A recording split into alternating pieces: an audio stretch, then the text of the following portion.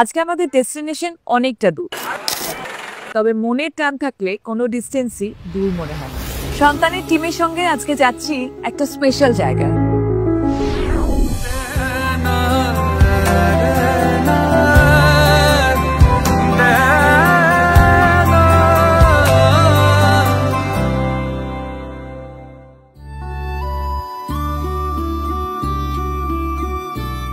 আমাদের দেশে 15 কোটিরও বেশি মানুষ ষাটোর্ধ্ব। সন্তান থাকা সত্ত্বেও যাদের মধ্যে অধিকাংশ রয়েছেন একা। নমস্কার, আমি শুভশ্রী গাঙ্গুলি। আমি চলে এসেছি সন্তানের টিম নিয়ে এমন কিছু বাবা মায়ের সাথে দেখা করতে। আজ সারা দিন থাকবো এই মিষ্টি মানুষগুলোর সাথে এবং জেনে নেব তারা কেমন আছেন।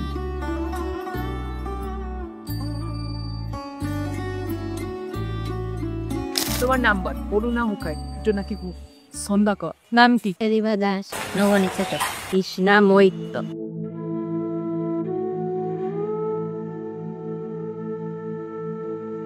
আমি ছোট বসে ভাত কিছু মুখে দেবে খুব বছর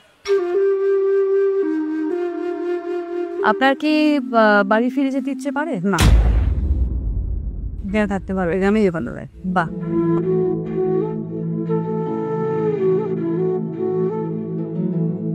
কিভাবে এসেছো? আমি এখানে আসছি আমার মেয়ে দিইনি। আমার আসলে ছেলে পেলে কেউ নেই, সন্তান নেই, যার ফলে হাজব্যান্ডও নেই। এবার যারা রয়েছে সব রিলেটিভ, তাদের কাছে আমি কোনো পাচ্ছি না থাকার মতন। তখন আমি এটার খবর পেলাম, যোগাযোগ করিও, হ্যাঁ এখানেই এসে মিস করো বা মা ডাকাটা। হ্যাঁ মিষ্টি ওইখানে অনেক চিকিৎসা পাচ্ছে না, আসে তারা আসে কে ঠাকুমা কি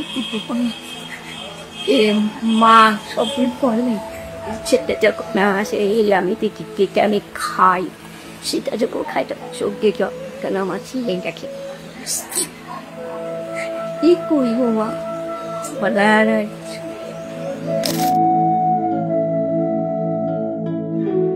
কর্মে যেটা আছে, ওর বাবা অত্যন্ত ভালো মানুষ ছিল, এমন পরোপকারী, এমন ভালো মানুষ বোধহয় হয় না। তখনও হার্ট থেকেই মারা গেছে।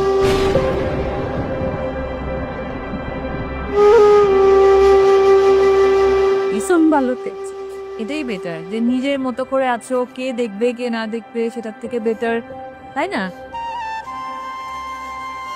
সবচেয়ে মেয়েদেরও বিয়ে হয়ে গেছে, আমি একলা হয়ে গেছি। এবার যাবে বৃদ্ধাশ্রমে, সে আবার বিয়েদের মতো সাথে গেছে, এখন আবার দুঃখটাও মনে হয়ে গেছে। আজ আমার কি নেই, ওর এটাই আমাদের ফ্যামিলি, এটাই আমাদের বাড়ি, এটা এত ইমোশনাল হলে চলবে? আমি আমার না একটুতেই চোখে জ্বলেছে।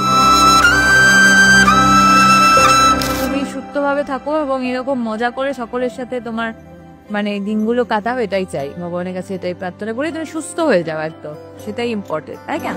তোমার আকাশে মেঘ করে আমার আকাশে রোদ আলো, একসঙ্গে কাটালাম অনেকটা সময়, শুনলাম তাদের মনের কথা, জানলাম তারা কেমন আছেন।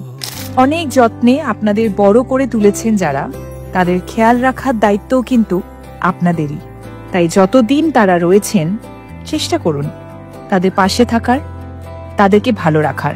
এই প্রসঙ্গে বলি, সন্তানের সঙ্গে মা বাবার সম্পর্ক এক মন ছুঁয়ে যাওয়া গল্প নিয়ে আগামী 20 ডিসেম্বর রিলিজ করছে আমাদের নতুন সিনেমা সন্তান। সপরিবারে সিনেমা হলে গিয়ে নিশ্চয়ই দেখবেন, কথা দিচ্ছি ভালো লাগবেই। Honourable supreme court of India এই স্ট্যান্ডার্ড অফ লিভিং এর কথা মেনশন করেছেন।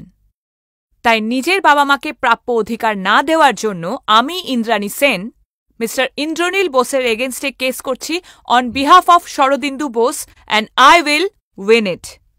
Thank you sir.